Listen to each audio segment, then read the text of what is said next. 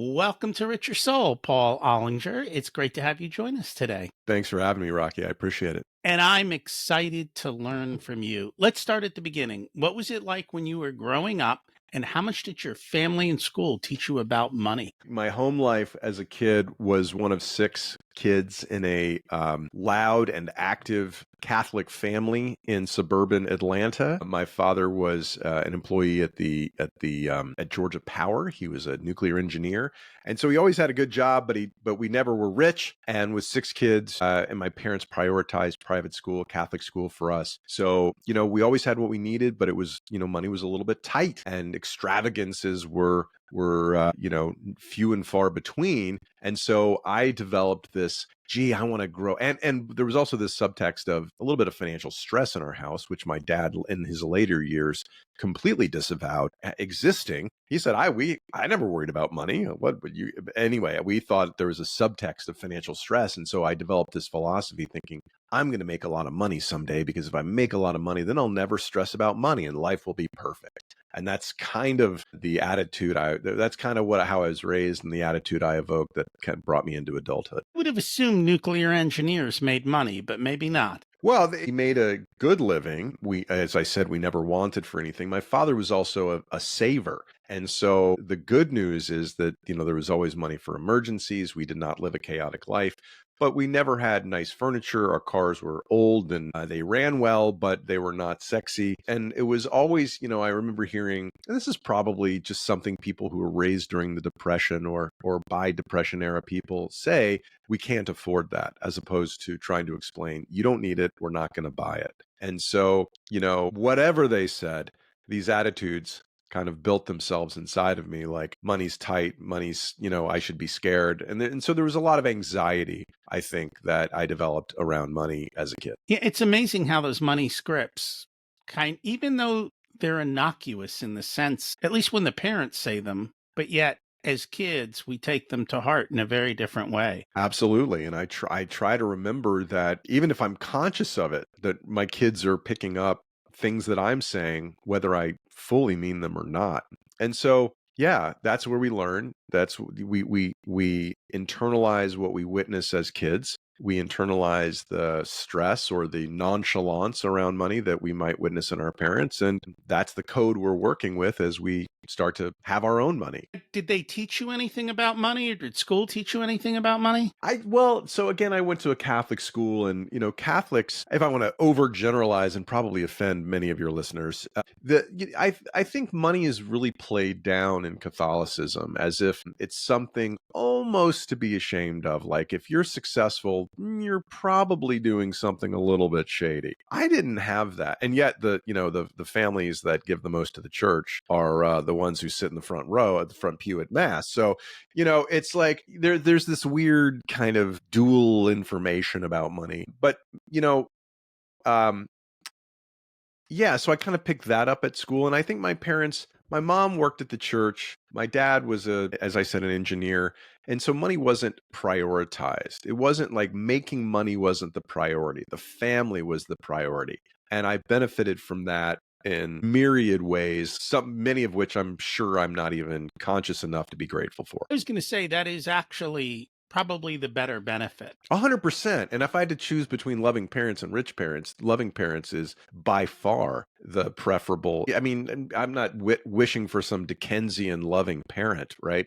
I mean, I just read Demon Copperhead, which is the modern interpretation of David Copperfield as told through the lens of an Appalachian orphan. And I am not interested in having had that kind of a childhood, but I certainly benefited from both financial stability, even if it felt like some degree of deprivation, or certainly lack of luxury, and parental commitment was there 100% for the 55 years my parents were married until my mom died. Now, you didn't share the Novocaine story at the dentist. Well, I was going to let you bring it up since it's such a wonderful story, and it's in the book. It's in the essay that opens the book. So an example of the kind of financial situation we had growing up was my dad took me to the dentist the first time I ever had a cavity that needed to be filled. And as I'm walking into the dentist, he says, "Oh, by the way, don't get the Novocaine. It's $20. So this was probably in 1980, right? So $20 was big time cash. And I had never had a cavity filled before. I didn't know what it felt like to have a cavity filled. I'd never had a metal spinning drill shoved into my bicuspid. So, but 10 minutes later, as the dentist is ripping into my virgin molar and my fingernails are gripping the arms of the dental chair, I swore to myself, someday I'm going to make some damn money, because money literally relieves pain, and this sucks. The dentist didn't try to talk you into the Novocaine. No, the dentist was as salty as my dad was. I mean, he was probably some old Navy vet, and in my memory, he's got a cigarette in his hand while he's, about to, light me up with his spinning metal spike of death. So I think he was in cahoots with my dad. I think my dad and he split the $20. They got $10 each and went to the bar or something. Fun time. Yeah, that was good times. But here's the thing, man. So, and this is the thing. I was at the dentist. I was having dental care given to me. I had good dental care. I just didn't have, and I truly believe this, and this is something I've thought about as I've written these essays, and I'm trying to understand my relationship to money and other people's relationships to money and how we come to these things. And, we can't help but sort of create stories in retrospect to say, but I think my dad was so satisfied with so little in life. Like, he was so in need of luxuries or of material goods that he had trouble understanding why other people would want simple luxuries like anesthesia. We won't debate whether it's a luxury, but I get that. I mean, if you think about it, we look at life through our lens. And I know for me, it was like, oh, wow, the rest of the world doesn't look through life with my lens. That's interesting. I wonder why they don't, because I have this perfect lens that everyone should look at life through. We're all the stars of our own movie, aren't we? We are. And I know mine makes sense. So I just didn't understand why others didn't. But I've come to learn that people have their own lenses, and so be it for them. So you grow up, you go to college, you got a job at Facebook early on. I did. I went to college and I went to business school because I wanted to make more money. I wanted to be prepared for a big corporate career. And when I was at business school, I told jokes at a talent show one night and got bit by the comedy bug. And then from, 97 through today, I've been back and forth between the corporate and the comedy world. You were in the early days of Facebook, right? Yeah. And so I was in LA. I'd worked at Yahoo as my second job. They bought our company at the bottom of the dot-com bubble with for no money, basically. But we got options at Yahoo, which then appreciated. And I paid off my student loans and I moved to LA to do stand-up comedy. I was out there for 2 years, 05 to 07, doing comedy. And then I got engaged to my wife. And I was like, I didn't want to be a deadbeat. I was like, comedy wasn't going, I didn't have a pathway to be making a real living in comedy. And so I was like, I probably need a job. And right about that time, my phone rang and a friend of mine I'd worked with at Yahoo said, would you want to join us over at this little social network called Facebook?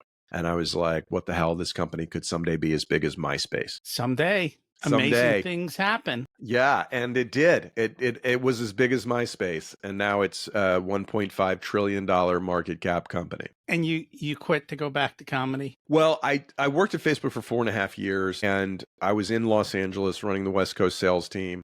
They asked me to move to headquarters at Palo Alto. At that point in my life, I had lived since business school in New York twice, LA twice, and in the Bay Area once. And if I were to move again, I was like, I just didn't have it in me. My kids were young. My wife was on bed rest with my son was 1 year old. My wife was on bed rest with our second child. And I just didn't have it in me to relocate. And I said, if I'm going to relocate, I'm going to go home. And that's when I moved back to Atlanta. And shortly thereafter, I left Facebook. And it was great. I loved being back home. I got to spend a lot of time with my parents during their last years of life, reconnected with lots of friends. And I'm just kind of a person who loves being where he's from. Now, why'd I move to Manhattan this summer? Longer story, which we can get to if you'd like. But that moved from Facebook back to Atlanta. So why did you move to New York? Because I'm a hopeless romantic, Rocky, who makes terrible financial decisions. That's why. My comedy career was going okay in Atlanta, so I said to my wife, you know what I should do? Triple our expenses. That's what I should do. That's exactly what this family needs, is a much larger mortgage for a much smaller place to live. That's what we should do. We should double the cost of our kids' school. That's what we should do. Only double? It's double. That's it? That's not bad.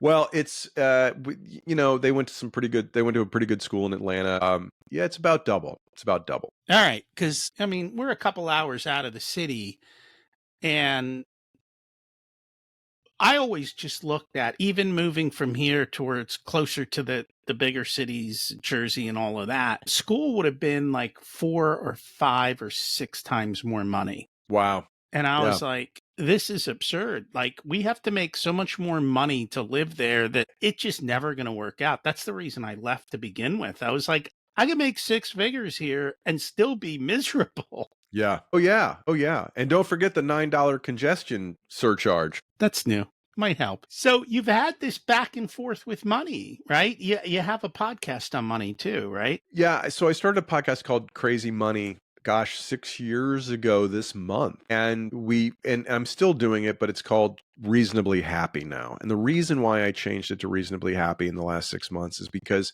Crazy Money never captured what the idea of the podcast was, which is the connection between money and happiness. And I think that potential listeners and potential guests were like, Crazy Money, that sounds like some how to make millions in your sleep while with my secret real estate plan.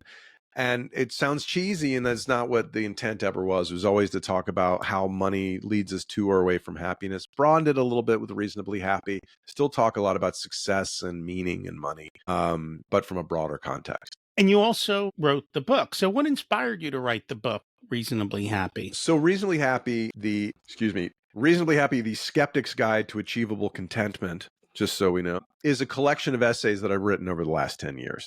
And so I started writing about money and success and happiness before I started the podcast. And I was just trying to make sense of the world around me, the sense of this world of having grown up the way I did with money and then having made money and quit working and then realizing that not working is not the goal and that work is a very important factor to a meaningful, balanced life, which you don't know until you quit and you feel miserable and you go, why don't I feel happy? I've got all the money I need. I could be playing golf every day, going to the gym every day. And you realize because we benefit from being surrounded by other interesting, motivated people, solving clients' problems, being a part of a team, all these things, generating self-esteem, all those little layers on Maslow's hierarchy above the safety and psychological or physiological needs ones that we don't really think about until we're missing them. And you go, gosh, why don't I feel like a part of anything? And why don't I feel belongingness? Or why don't I feel self-esteem? It's like, well, because you're not engaging with the world in the way that work allows you to do. That's the only reason I work. The money's irrelevant. Well, you're very fortunate to be in that position. As you know, it's something I wish everyone to achieve at a certain point, but I certainly don't wish them to decide to stop working when they get there. It is a luxury, and it's almost taboo to even address, because you should feel so lucky, so fortunate, so use the P word, privileged to be in that situation that any second guessing the virtue of working versus not working is seen as by many people as being, beyond the pale. Like, you know what? Don't even talk about that. We shouldn't be talking about that. We should be talking about it. We should be talking about what the purpose of life is. And you know what? Everybody plays the parlor game. What would you do if you made $1 million or whatever? I'd quit my job. Okay. Would that make you happy? In the short run, but not in the long. Probably spent 20 years thinking about what am I going to do when I don't have to work. I had different What was your ideas. theory at the time? What was your working theory? The before working you got theory there? was couple of things. Number one was kind of giving back. Mm-hmm. Part of it was Screw that, man. Part of it was doing what I loved. And so I think and it was, how do you stay engaged? Yeah. Right? Retirement's like going off the pasture. And a lot of people retire and die. And I was like, well, I don't want to do that. I don't love what I do in the moment. It's okay. And it gives me all the other freedoms I want and the time, including time freedom. That's So I right. did what I did so I could have a wonderful family life. And we got dental insurance, so I didn't have to skip out on the Novocaine. But I knew that I always built my life with the idea that we are going to have enough money that I don't have to work at some point. And I don't think there's anything wrong with that, but it's not, everyone says it's a privilege. I showed up where other people didn't want to show up. Like I where? didn't, I ended up in a job in sales. How many Mhm. people want a job in sales? I Mhm. don't want to do this. I don't want to do that. I'm like, you know what? This allows me to live the life I want. I don't have to love it, but and throughout that you have to make changes and do things that you might not be thrilled with perfectly to be able to do that. So it's a compromise. And then we lived way below our means. It Yeah, was a choice. that's right. And because we made those choices, we were able to have other choices, right? Dave Ramsey always says, live like no one else. You can live like no one else. Mhm. And, at the end of the day, it's just about doing that. And so I think those were some of the reasons behind it. And then it took me a while to figure out, where am I really going to fit in a place where I feel respected, have fun, and all of that kind of works. Originally, I just wanted to go to law school and come out and just sue all these SOBs who screw you over, just for fun. How many lawyers who are 20 plus years into their career do you know who love their job? About three. And what kind of law do they practice? I think because they just stepped out of it and they do the fun stuff in law. That's what I Yeah. mean. But that's three Yeah. out of how many hundreds of thousands, right? That's not like the norm. It's a rarity. But Yeah. I wasn't going to do the kind of law they were going to do. I was going to have fun. I was just going to figure out how to use the law to do things my way. So I took when I was applying or considering graduate school programs, I took both the GMAT and the LSAT. And I did very well on the GMAT. I did not do well on the LSAT. And so I had been considering doing a joint, MBA JD degree. And when I got my LSAT score back, it was kind of a wonderful gift in the sense that I said, well, I can either go to a great business school or kind of like a mediocre law school or some combination thereof. And I was like, well, you know what? 2 years getting an MBA from a great school is half the time, half the tuition, and I might as well. And I don't know why I want to be a lawyer other than just I've always thought I should be a lawyer because that's kind of the credential I thought I wanted. You know, I didn't want the credential. I just wanted to annoy the crap out of people who were annoying. you can do that without a JD though. I know, I do it now. So I learned that. That's why I didn't go that route. You don't need to pay for that whole thing. No, I just, and I think that's kind of interesting that, we allow, and maybe that's why those tests exist on some level to say, hey, maybe this isn't for you. Certainly if you can't pass the MCAT, you shouldn't go to medical school. That's a more clear one. And to the extent that, what the LSAT tests is actually an accurate representation of what lawyers do, I don't know. That's probably a much longer conversation. But suffice to say that it allowed me to make the right decision and only go to business school. Speaking of the MCAT, you may not be able to pass the MCAT, but you actually might be able to help people live a healthy life Sure. because our system isn't designed for that. So I think too often people put roadblocks in their own way that are artificially created by somebody else to say, oh, you need to pass the MCAT to help people feel better. And I don't think that's true at all. I think there's a variety of ways to do things. So let's go through some of the essays. The one that kind of popped up and there was a saying in there, it's like, oh yeah, this is what people told me to have a happy marriage. Do you want to be right or do you want to be happy? That's the great Dr. Phil line, and he gets the bumpkin husband up there who's complaining about his wife and the argument they had. But I'm right, Dr. Phil. And he says, well, do you want to be right or do you want to be happy? And that's the key to life, man. You want to be happy and you got to let go of the things that might feel good, but don't actually end up rewarding us in long-term feel goods. It seems like today, there's a lot of people on social media who want to be right. And Yeah. none of them seem happy. Yeah, right. It's like the guy, when you see somebody, when you're driving behind somebody and they have 17 bumper stickers on your car, are you thinking that guy's got it all together? Very rarely. Very rarely. And it doesn't matter if it's left or right or whatever it is, but you're not thinking this person probably is somebody I want in my life. It's like the point of that essay, do I want to be right or do I want to be happy? It's a great snapshot of this cognitive error we make, that we choose the thing that we believe is more important, i.e. being right, than the thing that actually leads us to contentment, which is being happy, letting go of the things that don't matter in life. And we make the same assumption around being rich. And we should be asking ourselves, do I want to be rich or do I want to be happy? Not that those are mutually exclusive things, but they're also not the same thing. And a lot of the things that people who decide they want to be rich, a lot of the decisions they make in life lead them away from the sources of happiness in life. Now, I'm not saying everybody should make the decision to live a family-oriented, focused life of self-sacrifice and just let go of having wealth. I just mean that the function of life is a multivariable one, and money is part of it, but it's not the only one. It's not money. Well, it doesn't. So I'm going to say something, but it doesn't necessarily have to be true. Money, in a sense, gives you the ability to unlock the next level. But at the same point, there are ways to unlock the next level without a ton of money. What do you mean?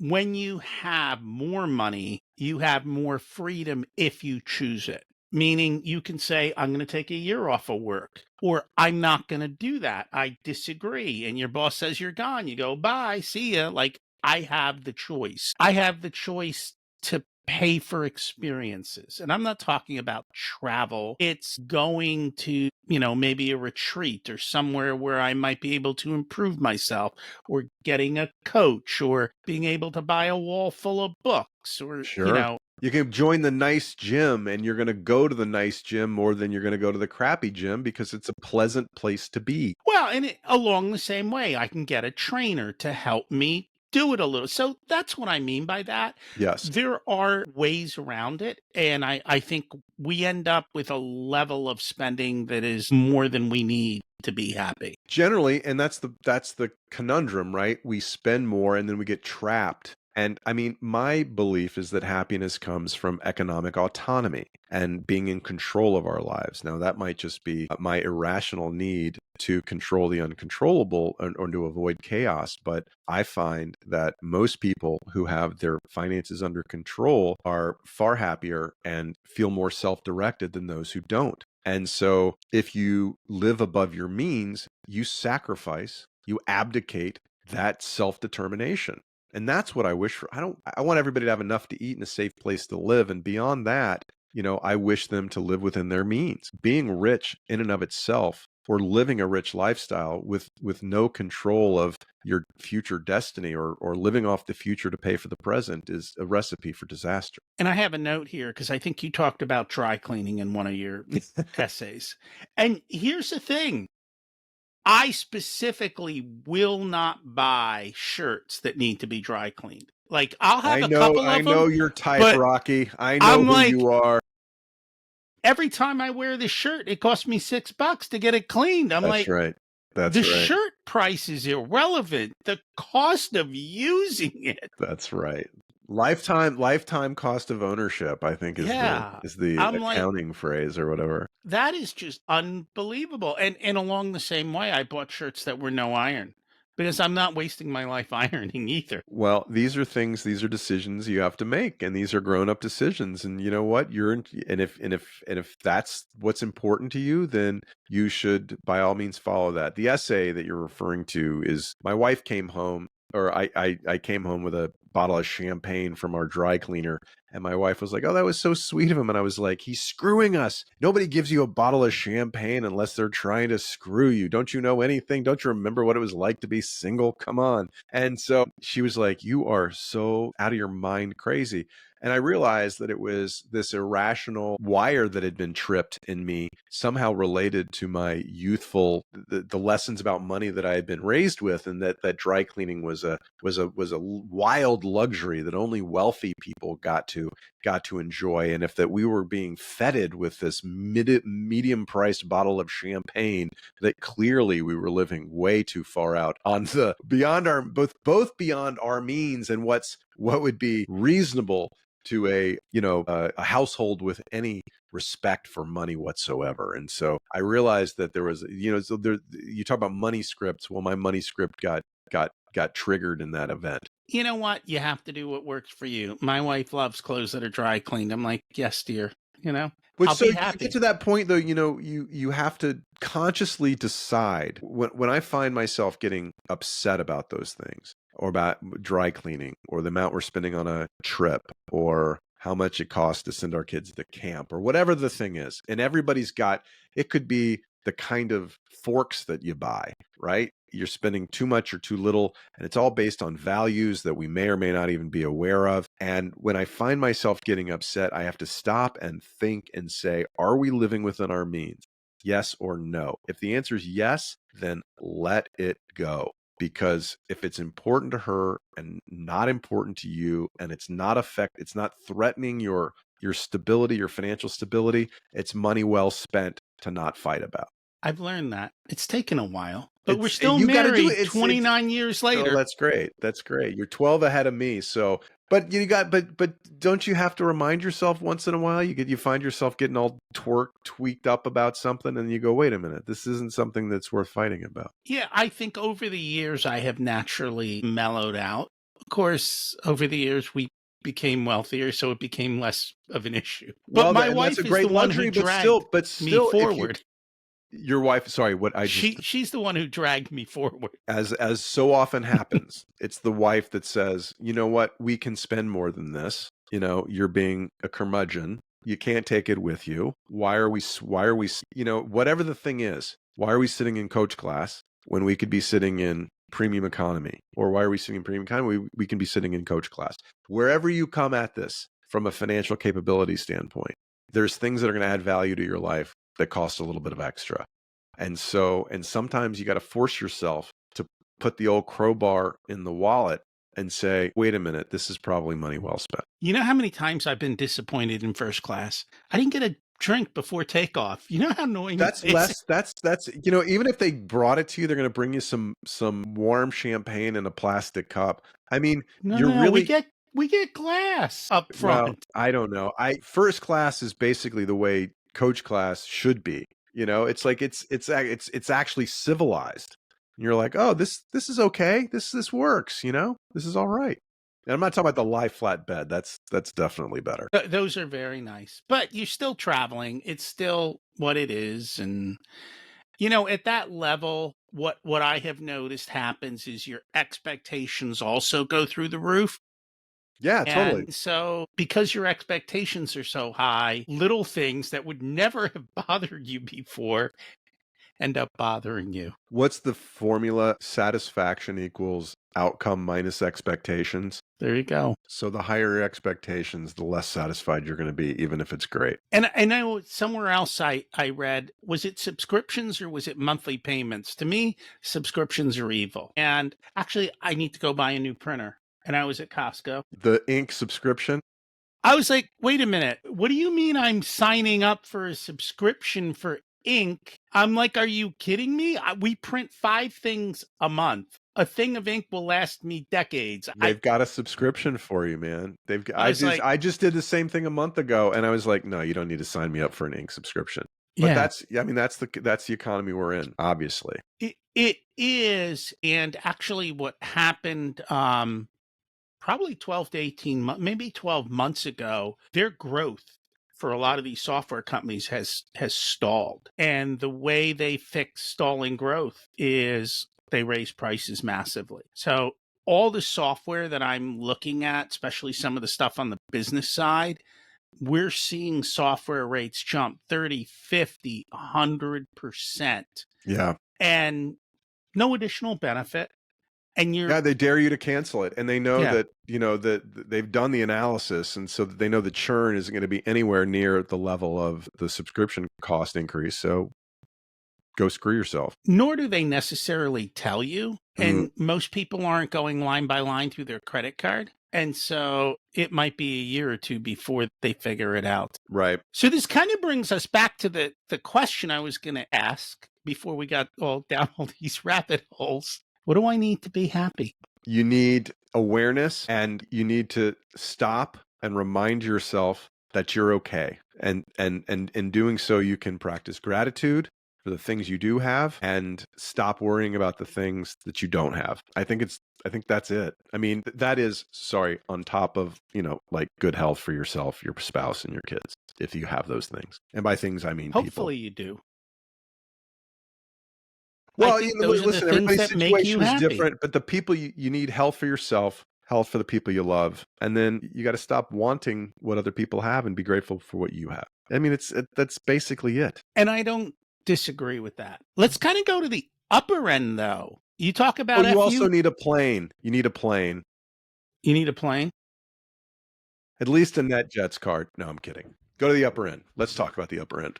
Well, do you know how stressful it is to fly a plane? I don't. I've never flown a plane. I have flown in private planes, we have a family member who owns a jet, and me just sitting next to him in the co-pilot seat is stressful. I'm not even doing anything.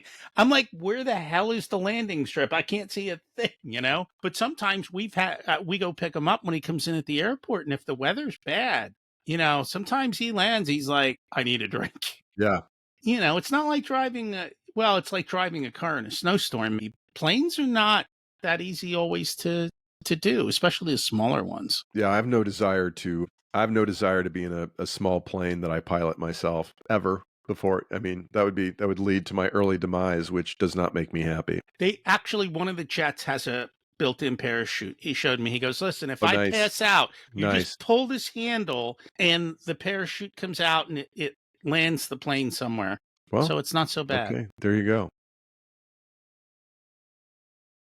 But we were talking about FU money. Yes. And the reality is, and I've known this, I think people think they need so much for that. And in reality, it's really not as big as you think it is. Well, it's the ratio of your assets to your needs. FU money is not an absolute number. It's a number that, you can live on for as long as you need to without that job that was driving you crazy and making you miserable. And the less you spend, the more power the money you do have has. And you can make, again, this is about economic autonomy and empowerment. You got a lecherous boss at your job, ladies. Well, you can walk away if you got enough money. And if you spend less than if you spend within, you'll get there quicker, the more you live within your means. You got a job that's 80 hours a week. You can't spend any time with your kids. You can't coach soccer. You got a 2-hour commute. If you got money, you can walk away from it. But that comes by, again, living within your means for an extended period of time. I feel bad for the guy who got stuck in that to begin with. Like, how do you end up there? I think it's the most understandable thing in the world. I mean, because you start a job and then you have some good years and you go, hey, what we should do is buy a lake house or send the kids to private school or whatever. I mean, how people's, your wants become your needs and that becomes your baseline. And then before you know it, whatever, you were making 300 grand a year. And then, during the 3 or 4 great years, and then things get a little tight and all of a sudden you're making 175 and you're like, wait a minute, we can't afford all this shit. What do we do with it? Well, hopefully it's a variable cost and not a fixed cost. But, we lock ourselves into lifestyles and they're hard to get out of. And the stuff we own ends up owning us. What I have found is people in that situation, they can't come to grips with lowering their lifestyle. What to you and me might be a luxury, to them is a necessity, and they can't see how they can't do that. It's all relative. I mean, there's a lot of people most people have a lot less than I do. A lot of people have a lot more than I do. The curve within the 1% is way steeper than the curve from 99 to 0, right? From 0 percentile to the 99th percentile or the 98.9th percentile or whatever is like $17 million. The or $12 million, I don't know what net worth, right? The curve from 90.1 to 99.999 is $180 billion. Okay, between me and Elon Musk, there's so much stuff that those guys have that I don't have, that they would, and so wherever you are on that distribution, you've got to figure out, worst case scenario, what you're going to be able to afford. And this is my dad, coming back to my hero. He never borrowed money for anything except buying his house. And because he did that and because he lived within his means, he never had an existential financial crisis to my knowledge. He didn't have to worry about the bank coming to get something he bought on credit because circumstances changed or he got over his skis.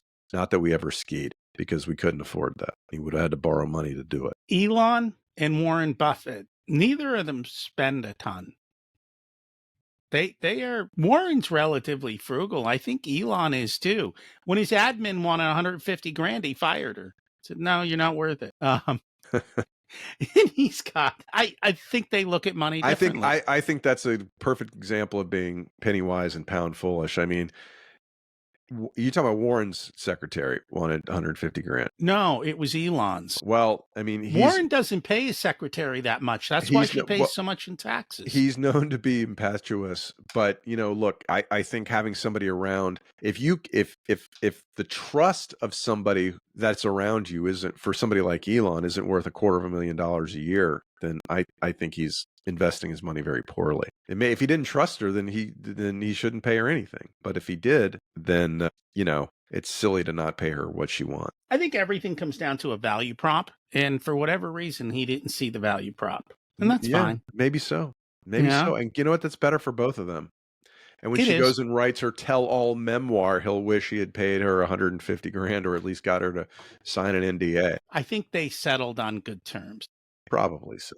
Probably so.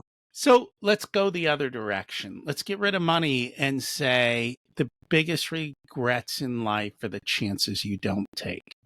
I think so. That essay is called Swing the Bat, I believe. And it comes from me watching my son, have 3 at-bats during his Little League baseball career, and basically just, trying to draw a walk by making the pitcher throw strikes. And in Little League, when they were younger, they don't throw a lot of strikes. So, and of course, the coach is screaming swing. I'm screaming swing and uttering some profanity under my breath, or at least I thought it was under my breath. And and as I'm sitting there telling him to swing the gosh darn bat, I'm thinking of all the times in my life when I didn't go for what was sitting there right in front of me. The fumble that I fell, or the blocked punt that I fell on the 9-yard line against our rivals, and instead of picking it up and running into the end zone, the girl that I was in love with for years was begging me to kiss her, and I couldn't pull the trigger. All these things, and you just want for your kid to have the courage to, give life, to engage with life. Not that I want him to be a crazy risk taker.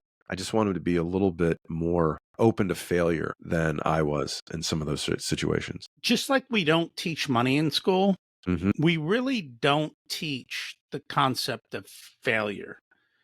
And I don't remember the ways. I know in Japanese schools they promote taking chances, I think, a bit more. Mm, And the way that they deal with students at the front of the blackboard, and you're not ridiculed if you don't know the answer.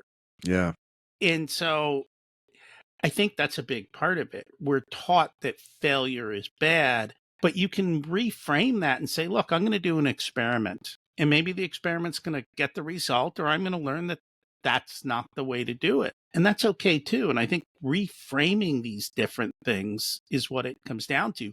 So going back to your son, at the end of the day, if that kid could hit 1 out of 3 balls in the major leagues, he'd be a superstar, which sure. means he's missing 2 out of 3. That everyone else's, that's a failure. Yet in reality, it's massive success. That's true. That's true.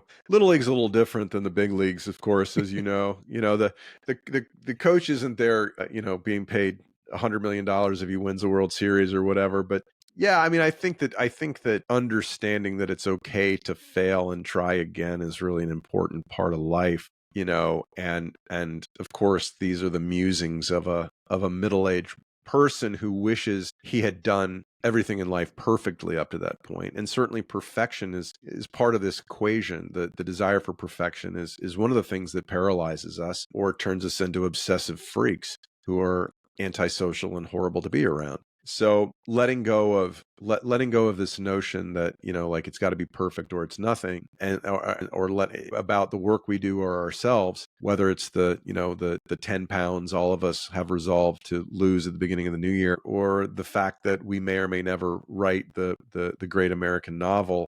We got to let it go and choose to be happy. And it's a choice. We get to choose. And I think I don't know if it was the same essay or a different one, but the concept of dare to suck. Well, yeah, I mean, it's a related concept. And obviously, a lot of these essays, obviously, listeners, you millions of listeners that have already know all about these essays, it's not obvious to you. And I'm being facetious. There's a lot of themes that come up in different tones throughout these essays, but they do have I'm just trying to deal with how do we find what we need in life. And part of it is being willing to not succeed. The dare to suck title came from a t-shirt that I was given when I was in an acting school in Los Angeles back in 2005, that in that pre-Facebook comedy phase. Um, and the t-shirt was from Leslie Kahn Acting School, and it said, "Dare to Suck." And I'm a smart ass. So I said to the teacher, "Why would she tell us that we need to suck?" And he says, she's not telling you that you need to suck. She said, she's not telling you that you need to suck. She's telling you that you do suck, and that sucking is part of the creative process, and you have to be comfortable with it. So I guess you do need to suck. You have to be comfortable with it and be comfortable being bad until you can get to the point of fluency in any new craft that you're taking on, whether it's woodworking or pizza making or comedy or writing or acting or speaking a foreign language. You have to be willing to babble incoherently for a little bit of time or for a long time until you can break through to true fluency. And so being willing to be bad at something, which isn't encouraged in our society, is part of the process that leads you to growth. In comedy, if you don't bomb, you're not going to grow. And if you don't grow, guess what you're doing? You're dying. And that is very true. And I think most comics spend a lot of time testing jokes or bombing, as you might say, until they get it right. And it's only through that process that they find what resonates with the audience, and they keep refining, and that's just the way it is. Yeah, and testing isn't failure. I mean, it kind of depends on how you regard failure, right? Like, not bombing isn't success. Not bombing is not growing. Bombing as part of the process of growth is success. But if you view it only from the lens of that one, little incident, it looks like it and it feels like it, but they're very different things. No, I agree. So we've kind of talked about finding this balance between money and contentment. Mhm. And so if somebody's struggling there, what do you say to them? If they're struggling with money, Well, they're struggling between the balance of the money and contentment, right? Like maybe they are the guy who's making all the money, still uncontent. I'm assuming people who are highly content aren't going to worry about the money. So it's probably well, I mean, I think when you find yourself irritated by something, you need to stop and ask yourself, well, what is about that thing that's irritating me? If you're not content with money and you have a lot of money, well, that's worthy of contemplation. Why are you not content? You have everything you need. You must find that source of lacking because you're comparing yourself to others who have more. That's probably the number one reason. Or because maybe even though you have everything you need, you haven't reached a level of attainment that you had predetermined at some point in your life that is your definition of success. Well, you're 50 and you're not worth $5 million yet. Okay, well, so what? Or whatever the number is. Or on the other end of the spectrum, you're really struggling to make ends meet. It's highly dissatisfying. Well, why is that? What are the reasons why you can't hold down a job, or you have a job and yet every month the numbers don't add up? Well, why is that? Are you in the wrong job? Do you need to make more money? Do you deserve to make more money? Are you skilled enough? Are you qualified to make more money? Or is it on the consumption side? And so often it's on the consumption side. And the lack of contentment with money comes from a lack of discipline or control over what you're spending. And, that's what needs to be addressed. What are the things that are driving you to spend on things you don't need? And that's why you're going to call Dr. Brad Klontz. we did 2 episodes with them, so they can listen in. Yeah. Let's end with the concept of gratitude, right? Every day is Thanksgiving. Yeah.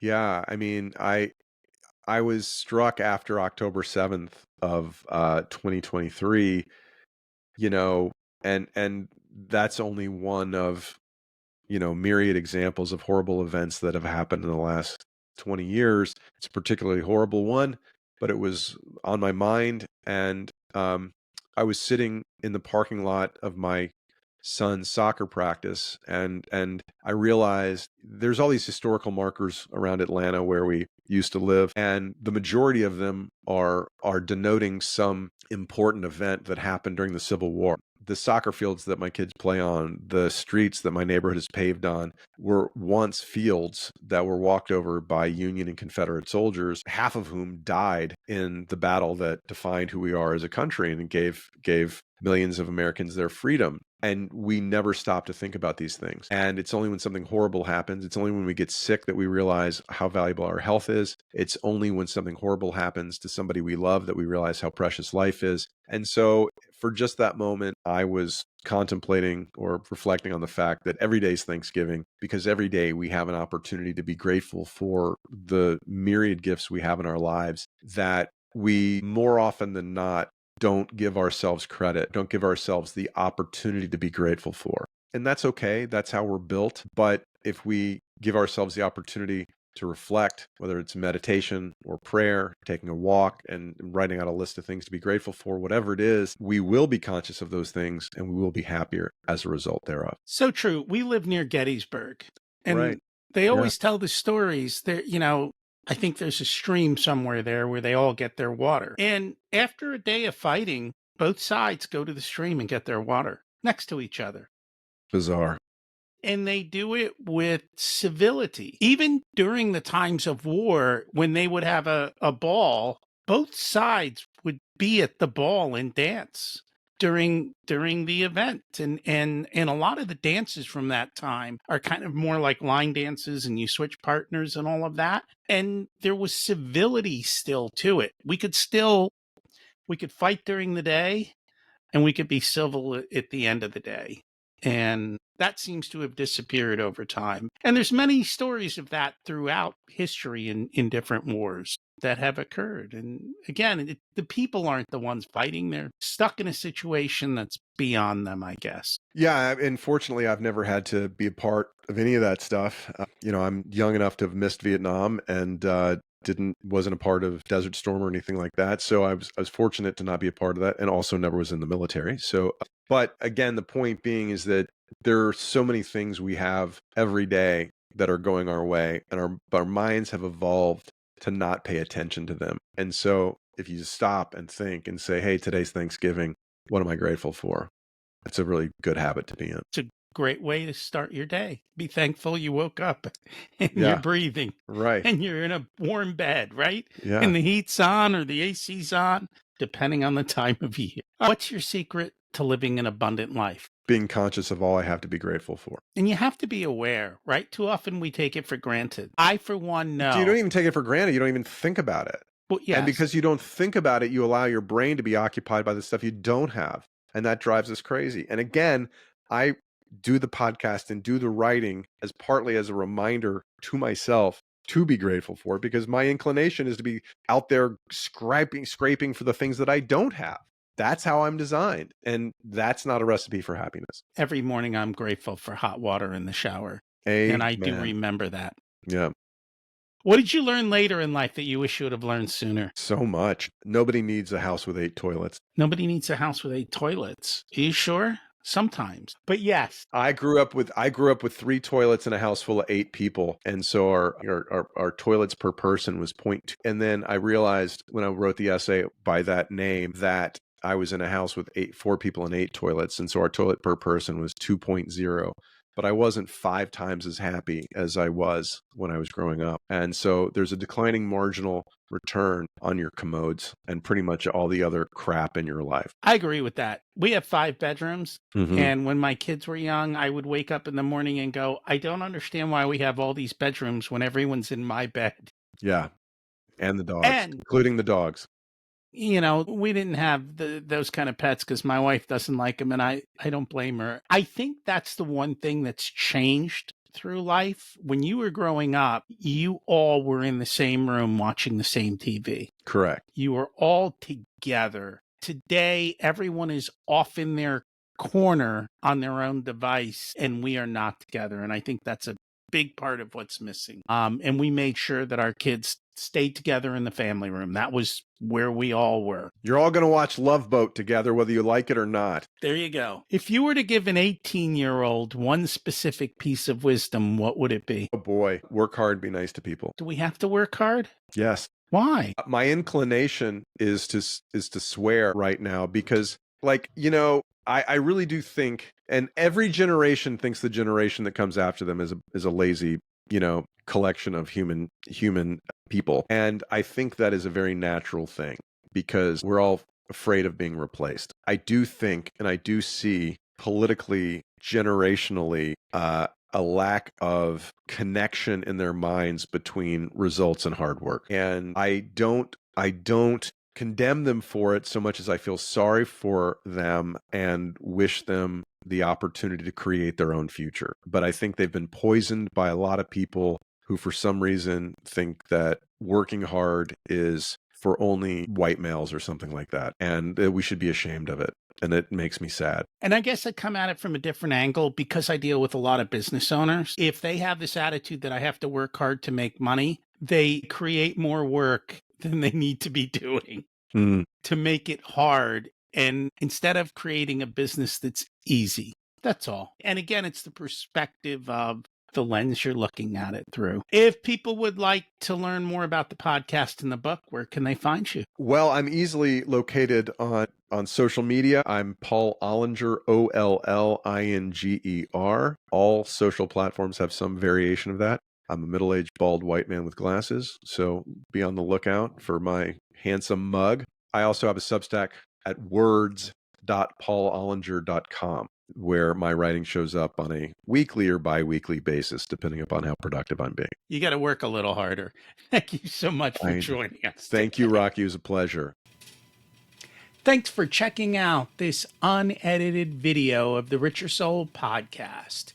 You can find the full episode along with all the back episodes at richersoul.com. This podcast is brought to you by Profit Comes First, where we help business owners to have a more profitable and growing business so they can live the life of their dreams. Check that out as well wherever you listen to all this content.